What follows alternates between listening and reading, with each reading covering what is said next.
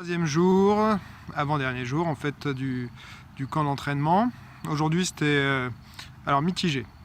Au départ, dans la matinée, on a eu Erik Paulson qui nous a fait des drills de boxe que moi j'utilise souvent, puisque d'ailleurs c'est lui qui me les a appris à travers ses vidéos, et donc je les utilise depuis longtemps dans les cours, ce qui fait que j'avais pas de problème à les faire. C'était quelque chose que je connais très bien et que j'aime beaucoup. Après, on a continué avec Erik Paulson, mais cette fois sur des drills de JJB, passage de garde, et on a vu aussi quoi faire quand la personne contrait le passage de garde pour passer en montée, enchaîner éventuellement sur une clé de cheville. Donc ça, c'était vraiment très sympa.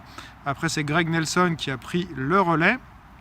Et donc là, encore une fois, hein, c'est vraiment Greg Nelson que je préfère en termes de pédagogie, parce que Erik Paulson, il a vraiment une technique hyper intéressante, c'est une vraie bible technique, mais ça va un petit peu trop vite. Il donne des explications très sommaires, et quelque chose que je vois là qui est commun à plusieurs des coachs qui interviennent, c'est qu'ils ont tendance à nous montrer 2 ou 3 techniques en même temps à travailler. Au lieu de faire travailler une première technique, puis dire vous travaillez ça et ensuite montrer la deuxième, ils montrent les 3 à la suite. Et puis on a des fois pas beaucoup de temps, on a 5 minutes pour s'entraîner sur 3 techniques, donc le temps de les faire des 2 côtés et de changer de rôle. Les 5 minutes, souvent c'est pas assez suffisant, enfin c'est pas suffisant. Donc voilà, je trouve que Greg Nelson il prend un peu plus son temps. Ça lui arrive de montrer 1 ou 2 techniques en même temps, mais il nous laisse plus de temps pour travailler, et voilà, c'est plus détaillé. Après, dans l'après-midi, c'était Francis Fong, donc, qui venait pour faire du Wing Chun.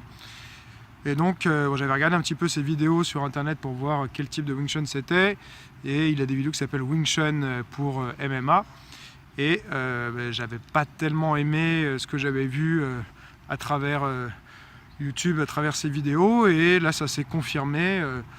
Ça a été 2h30 très longues pour moi, parce que j'ai pas du tout accroché à son travail. C'est pas du tout du Wing Chun traditionnel.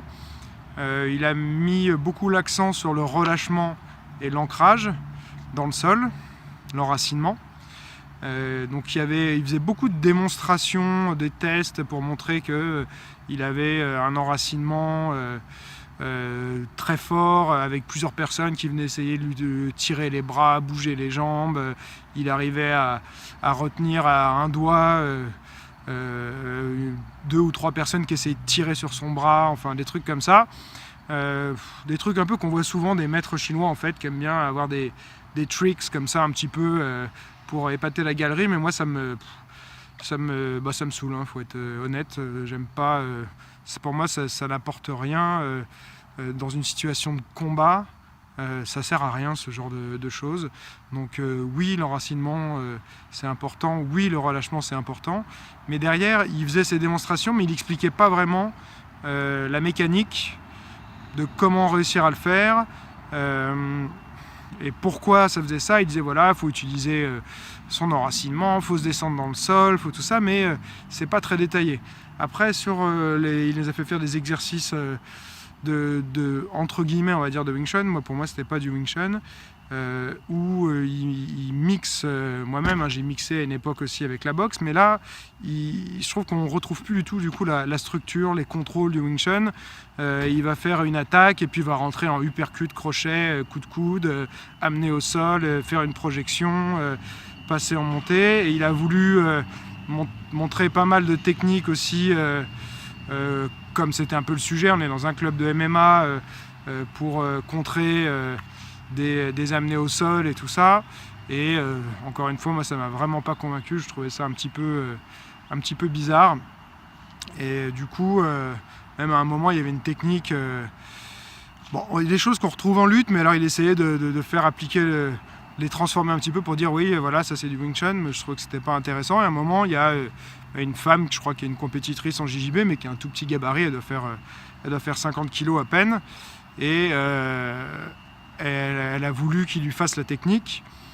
Et ça n'a pas marché, parce que lui, il montrait à chaque fois ses techniques sur un de ses élèves qu'il avait amené. Et c'est toujours la même chose, hein, quand on a un partenaire qui est complaisant et qui accompagne et tout ça, ça marche beaucoup mieux. Et donc là, avec elle, ça n'a pas marché la première fois. Donc il a dit recommence, et la deuxième fois, il a percuté la nuque par derrière, et la fille a fini par partir en pleurant en fait, ce qui lui a vraiment fait mal. Alors bien sûr il s'est excusé, mais je trouve ça un petit peu limite parce que la technique elle fonctionne pas sur une femme de 45 ou 50 kilos, lui percuter comme ça derrière la nuque, alors que de toute façon en plus c'est interdit la plupart du temps, hein, mais voilà, donc moi ça n'a fait que confirmer mes impressions. Il est sympathique, mais pour moi il enseigne très très mal. C'est très décousu, pas d'explication technique, ça parle beaucoup, mais au final, une fois qu'il a fini sa parlotte, on ne sait pas trop ce qu'on doit faire, et on n'a aucune clé pour réussir à faire correctement la technique. Donc ça, c'était assez dommage. Voilà, et puis c'est comme ça que c'est terminé cette troisième journée. Demain, je pense que ça va être super sympa. On a Nicolas Seignac en savate, boxe française, qui va intervenir, et puis à nouveau Eric Paulson l'après-midi. Autre petit détail sympa que j'ai oublié de dire, on a fait un exercice que je fais faire aussi, mais plus dans mes coachings. C'est le mur, donc un exercice où on se met dos au mur avec une jambe devant, et puis le partenaire nous attaque en boxe anglaise pendant 1 minute, et on doit juste essayer de se défendre. Là, il a rajouté quelques petites variantes que moi je faisais pas, qui étaient intéressantes. Ça, c'est Eric Paulson, hein. Où on avait le choix de simplement bien lever sa garde, se couvrir et essayer de ne pas se faire toucher. Et ensuite, on avait 1 minute imposée où il fallait rester de côté, l'épaule levée, et essayer de bloquer avec le bras arrière, bloquer avec son bras avant tous les coups au corps et tout ça. Donc ça, c'était assez intéressant. Et après, il nous a fait faire aussi un exercice que je fais faire assez régulièrement aussi, mais plus en pied-point, où on fait chacun son tour, un enchaînement de 3 coups. Donc là, c'était que en boxe anglaise, mais ce qui était bien, c'est qu'il demandait à ce qu'on ne s'éloigne pas l'un de l'autre, pour qu'on reste toujours dans la distance de combat.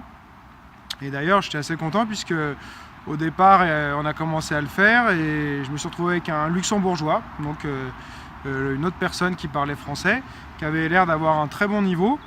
Et il a interrompu l'exercice, il a pris 2 personnes, ils ont regardé, faites-le.